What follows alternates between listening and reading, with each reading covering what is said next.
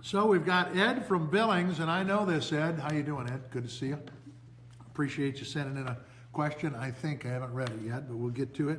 What are your thoughts on the new VA Secretary and the Secretary's view on veterans care? I've known David Shulkin for a while, and for 18 months to be specific. I think he's got the capacity to do a really good job.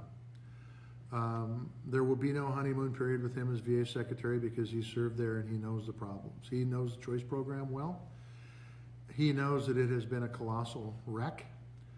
He knows that the VA has to do some things to fix it. He also knows that Congress needs to do their part to fix it. And I'm willing to help him. And I'll hold him accountable as he holds us accountable. He's talked about privatization. He is not for privatization, which I think is a good thing. I think the VA gets a lot of bum raps.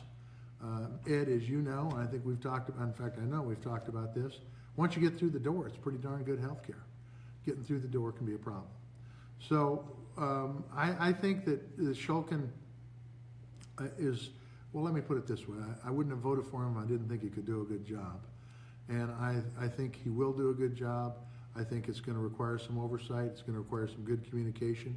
In that vein, he's coming in my office tomorrow, and we're going to find out exactly what his priorities are specifically moving forward, what he's going to attack first, second, third, and right down the line. I had a hearing today, different committee, Homeland Security Committee, where we had the Inspector General of the VA come in and speak. And the VA has some issues. They've got some issues with their electronic medical record and their scheduling and technology, and we're going to talk about that too. Before he got confirmed, we talked about things generally, and he generally told me where he was going to go. He wasn't going to privatize. He was going to work to fix the choice program. He was going to work to make sure that that backlog was cut back for our veterans that you know so much about.